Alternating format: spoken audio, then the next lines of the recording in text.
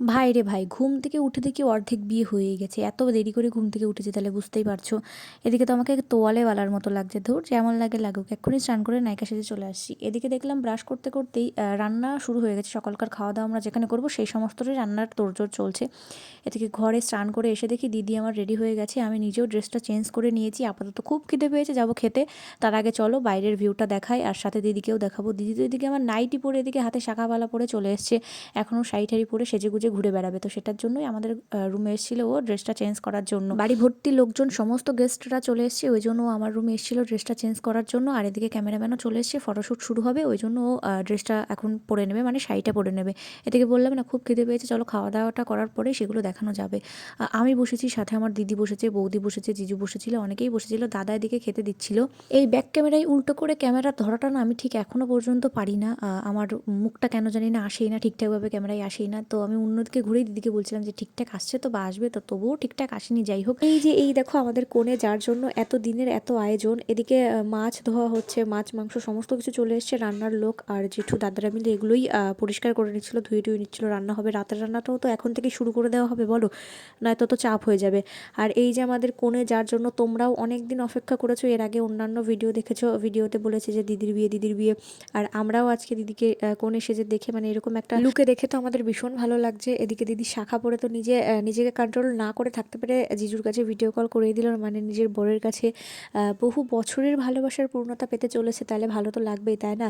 তো দিদি না থাকতে পেরে ভিডিও কল করতে বললো আমার ফোন থেকেই, আর আমি একটু স্ক্রিনশট করে নিয়েছিলাম সেখান থেকে তোমাদের সাথে শেয়ার করবো জন্য।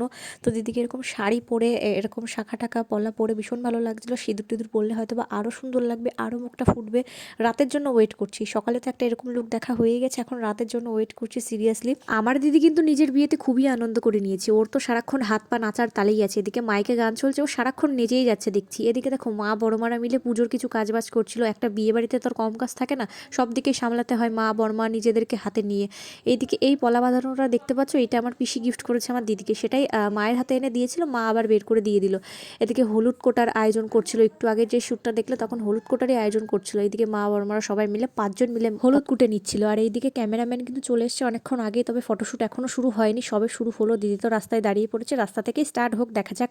এরপরে অন্যান্য লোকেশন আছে, প্রি ওয়েডিং শ্যুটে যাওয়ার কথা ছিল জানো তো, তবে যাওয়া আর হয়নি। প্রি ওয়েডিংটা ক্যান্সেল করতে হয়েছে, তার কারণ আমাদের জিজু তো আর বাড়িতে থাকে না, উনি বাড়িতে ছিল না, জন্য প্রি ওয়েডিংটা ক্যান্সেল করতে হয়েছে। আর বিয়ের দুদিন আগে উনি এসেছে, তো চাইলেই বিয়ের আগের দিন করা যেতে পারতো, কিন্তু বিয়ের আগের দিন তো অনেক নিয়মকানুন থাকে, সেগুলো করতে করতেই আমাদের আর সময় হয়ে ওঠেনি। তবে ক্যামেরাম্যান বলেছিল যে হ্যাঁ প্রি ওয়েডিং করে দেবে, কিন্তু আমাদের নিজেদের সমস্যার কারণেই আমরা যাইনি, মানে আমাদের বাড়ি থেকে যাওয়া হয়নি আর কি। আর এই দিকে আমরা যাচ্ছি আপাতত মাঠের দিকে, মানে আমাদের মাঠে, ওইখানে কিছু ফটোশ্যুট করবো জন্য। দেখো গন্তব্যস্থানে কিন্তু আমরা চলে এসেছি, আমি এসেছি, আমার বৌদি এসেছে, আমার দাদা এসেছে, দুটো আমার ভাইপো এসেছে, দুটো ক্যামেরাম্যান এসেছে। এই জায়গাটার ভিউটা জাস্ট অসম্ভব সুন্দর ছিল, বেশ একটা ফাঁকা মাঠের মধ্যে।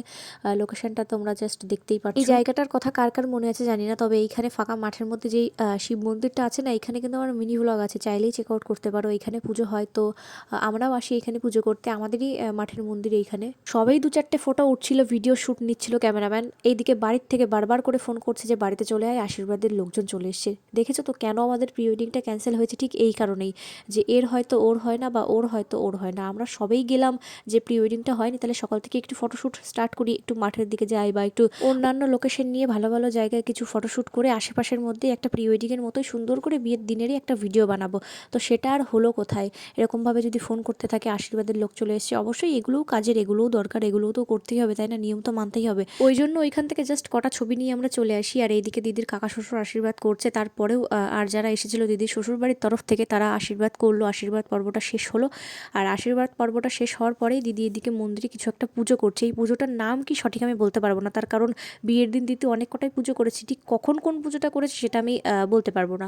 তারপরে বাড়ির পেছনে আসি, এইখানে কিছু ফটোশ্যুট করার জন্য, যেহেতু মাঠে গেলাম তখন ভালো শ্যুট হয়নি, বা তখন তাড়াহুড়ো ছোটো আমরা বাড়িতে চলে এসেছিলাম। তারপরেই আমরা গেছিলাম জল তুলতে, জল তোলার এইখানকার কিছু ডান্স শ্যুট দেখো, তারপরে তোমাদের সাথে আবার কথা বলছি।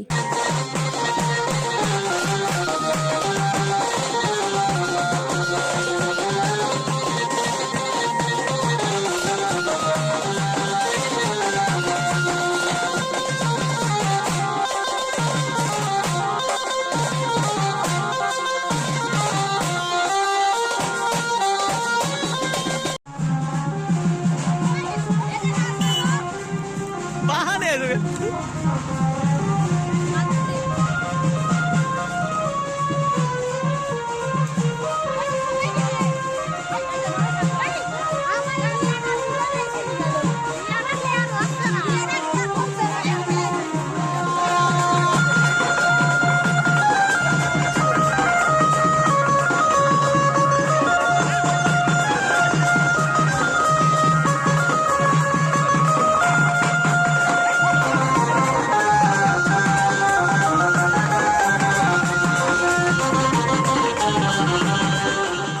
দেখো ব্যান্ড পার্টি নিয়ে কিন্তু আমরা নাচ করতে করতে জল তুলতেই গেছিলাম, আর আপাতত জল তোলারই কাজটা চলছিল।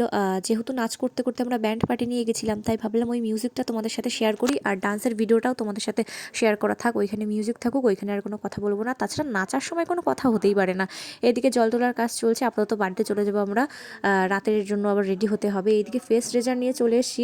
পার্লারের লোকরা না ফেস রেজারটা নিয়ে আসেনি দিদির। এদিকে ফেসে প্রচুর এদিকে বেবি হেয়ার বলা চলে না, ওগুলোকে স্কিনের যে লোমগুলো হয় সেটাই আর কি। তো সেটাকে রিমুভ করার জন্য আমাকে ফেস রেজারগুলো আনতে বললো। আর এদিকে দেখো দিদি হাফ রেডি হয়ে বসে আছে, মানে শাড়িটুকু পরে বসে আছে। 3জন পার্লার থেকে লোক এসেছিল, তো দিদিকে একটুখানি রেডি করানোর পরে আমাকে রেডি করানো হবে। রেডি ফেডি হয়ে তোমাদের সাথে দেখা হচ্ছে। এই পুরো ভিডিওটা কেমন লাগলো অবশ্যই কমেন্টে জানাবে। এরপরে দেখা হবে ডাইরেক্ট বর আসার থেকে। এদিকে দিদি তো রেডি, আমি নিজেও রেডি। আমার লুকটা তো পরের ভিডিওতে ভালো করে দেখাবো। দিদি দেখো বললাম না যে সকাল থেকে নাচ করতেই আছে, এখনও নাচ করাই ব্যস্ত। তো আপাতত টাটা, দেখা হচ্ছে পরের ভিডিওতে, টাটা।